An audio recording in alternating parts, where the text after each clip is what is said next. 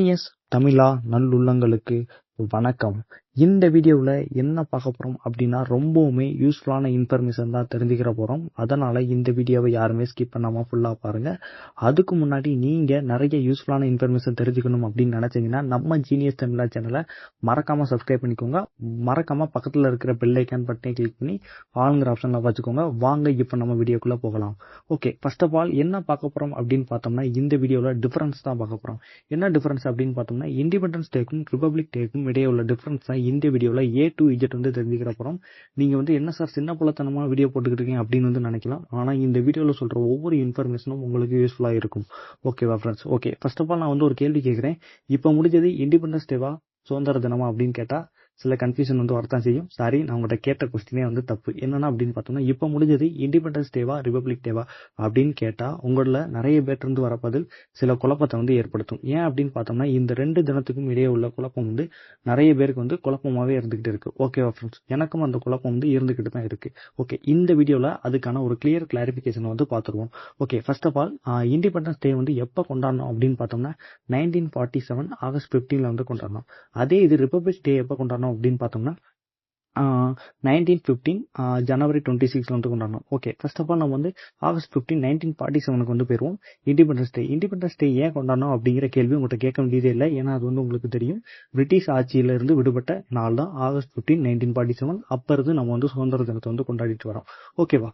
First of all சுதந்திர தினம் இதுக்காண்டி கொண்டாடணும். ஓகே, அதுக்கடுத்து ரிபப்ளிக் டே பார்த்தோம் அப்படின்னு பார்த்தோம்னா ஒரு 3 இயர்ஸ் கழிச்சு. ஓகே ஃப்ரெண்ட்ஸ், 1915 ஜனவரி 26 இந்தியாவோட அரசியலமைப்பு சட்டம் ஃபுல்லாக எழுதுனாங்க. ஏன் அப்படின்னு பார்த்தோம்னா அது வரைக்கும் இந்தியாவில் ஆங்கிலேயரோட அரசியலமைப்பு சட்டம் பயன்படுத்திக்கிட்டு இருந்தாங்க. அதை மாற்றிட்டு இந்தியாவோட அரசியலமைப்பு சட்டம், இந்தியாவுக்குன்னு ஒரு தனி அரசியலமைப்பு சட்டத்தை எழுதி அதை நடைமுறைப்படுத்தினாங்க. அதை செயல்படுத்தினாங்க. அந்த செயல்படுத்தினால தான் ஜனவரி 26 1950 அப்ப இருந்து தான் இந்தியாவில் குடியரசு தினம் அப்படிங்கிறது நடைமுறைப்படுத்த ஆரம்பிச்சாங்க. இந்த குடியரசு தினம் அப்படிங்கிறது முதல்ல சுதந்திர தினத்துக்கு அப்புறம் தான் குடியரசு தினம் அப்படிங்கிறதே வந்துச்சு. ஓகேவா?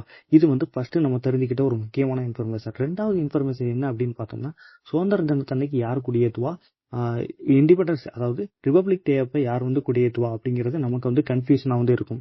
ஏன் அப்படின்னு பார்த்தோம்னா அந்த ரெண்டு டேவும் கன்ஃபியூஸ் பண்ணிக்கிட்டே இருப்போம். ஓகே, ஃபர்ஸ்ட் ஆஃப் ஆல் சுதந்திர தினம் அப்படிங்கிறது ஃபர்ஸ்ட் நம்ம 1947 போயிருவோம். 1947 August 15 first Jawaharlal Nehru. Okay friends, Jawaharlal Nehru யார் அப்படிங்கிறது உங்களுக்கு தெரியும். இந்தியாவோட முதல் பிரதமர் அப்படின்னு நம்ம சொல்லுவோம். அவர் தான் இந்தியாவோட முதல் பிரதமர் தான். ஓகேவா? ஓகே, ஏன் அப்படின்னு பார்த்தோம்னா இப்போ இந்தியாவுக்கு சுதந்திரம் கிடைக்கிறது ஒரு 2 வருஷத்துக்கு முன்னாடி தெரிஞ்சிருச்சு. அதனாலேயே அவங்க முன்கூட்டியே ஒரு எலெக்ஷன் மாதிரி வச்சு இவர் தான் இந்தியாவோட பிரதமர் அப்படிங்கிற மாதிரி தேர்ந்தெடுத்துட்டாங்க. அவர் தான் முதல்ல கொடியேற்றினாங்க.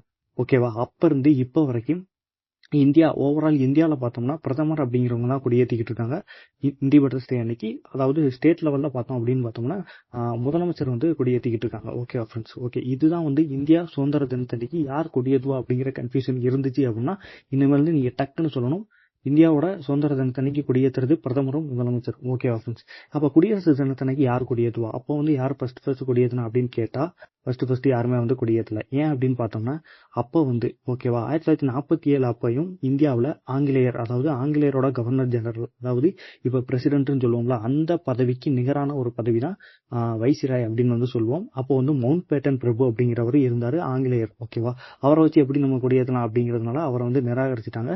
அதுக்கடுத்து இந்தியாவோட முதல் குடியரசுத் தலைவரை யார் தேர்ந்தெடுத்தாங்க அப்படின்னு பார்த்தோம்னா டாக்டர் ராஜேந்திர பிரசாத் தேர்ந்தெடுத்தாங்க. அவர் தான் இந்தியாவோட முதல் குடிமகன். ஓகேவா ஃப்ரெண்ட்ஸ்? இந்தியாவோட முதல் குடிமகனா தேர்ந்தெடுக்கப்பட்ட இந்தியர். ஓகேவா? அவர் தான் முதல்ல கொடியேற்றினாரு. என்னன்னா குடியரசு தினத்தன்னைக்கு கொடியேற்றினாரு. Okay friends?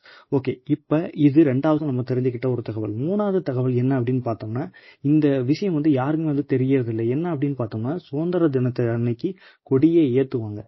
அதே இது சுதந்திர தினத்தன்னைக்கு கொடியை ஏற்றுவாங்க. அதே இது ரிபப்ளிக் டே, அதாவது குடியரசு தினத்தன்னைக்கு கொடியை அவிழ்ப்பாங்க. Okay friends? அவிழ்ப்பாங்கன்னா இறக்குறது கிடையாது. Okay friends? சுதந்திர தினத்தன்னைக்கு நம்ம அந்நியரோட கொடியை இறக்கிட்டு நம்ம இந்தியரோட கொடியை ஏற்றணும். அதனால தான் கொடியை ஏற்றுவாங்க. அது இண்டிபெண்டன்ஸ் டே. அதே இது ரிபப்ளிக் டே அப்படிங்கிறது ஒன்றுமே கிடையாது. கொடியை நல்லா கட்டி வச்சிருப்பாங்க. Okay friends? ஒரு டைட்டாக கட்டி வச்சிருப்பாங்க. அந்த கொடியை அவிழ்க்கிறது, அந்த அவிழ்க்கிறது தான் குடியரசு தினம். குடியரசு ஆன நாள். ஓகேவா ஃப்ரெண்ட்ஸ்? குடியரசு அப்படிங்கிறது ஒண்ணுமே கிடையாது ஃப்ரெண்ட்ஸ். அதாவது குடியரசு முடியரசு அப்படிங்கிறது என்னன்னா, முடியரசு அப்படிங்கிறது மன்னராட்சி, குடியரசு அப்படிங்கிறது மக்களாட்சி. இதுதான் அதுக்கான ஒரு டிஃபரன்ஸ். ஓகேவா ஃப்ரெண்ட்ஸ்? இது வந்து நம்ம நாட்டில் அரசியலமைப்பு சட்டம் வந்து என்ன மாதிரி இருந்துச்சு அப்படின்னு பார்த்தோம்னா, குடியரசா ஏற்றுக்கொள்ளப்பட்ட ஒரு நாடு தான் நம்ம இந்தியா. ஓகேவா?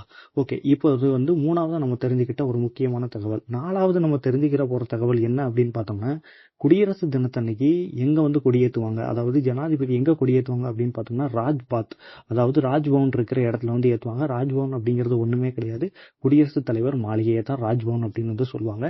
அதே இது சுதந்திர தினத்தன்னைக்கு எங்க கொடியேற்றுவாங்க அப்படின்னு பார்த்தோம்னா, டெல்லி செங்கோட்டையில் வந்து கொடியேற்றுவாங்க. ஓகேவா ஃப்ரெண்ட்ஸ்? ஓகே, இந்த 4 இன்ஃபர்மேஷனும் ரொம்ப வந்து ஒரு முக்கியமான இன்ஃபர்மேஷனாக உங்களுக்கு வந்து இருக்கும் அப்படின்னு வந்து நான் நினைக்கிறேன். இந்த வீடியோவில் சொன்ன தகவல் உங்களுக்கு யூஸ்ஃபுல்லாக இருந்துச்சு அப்படின்னா கண்டிப்பாக வந்து மற்றவங்களுக்கு ஷேர் பண்ணுங்க.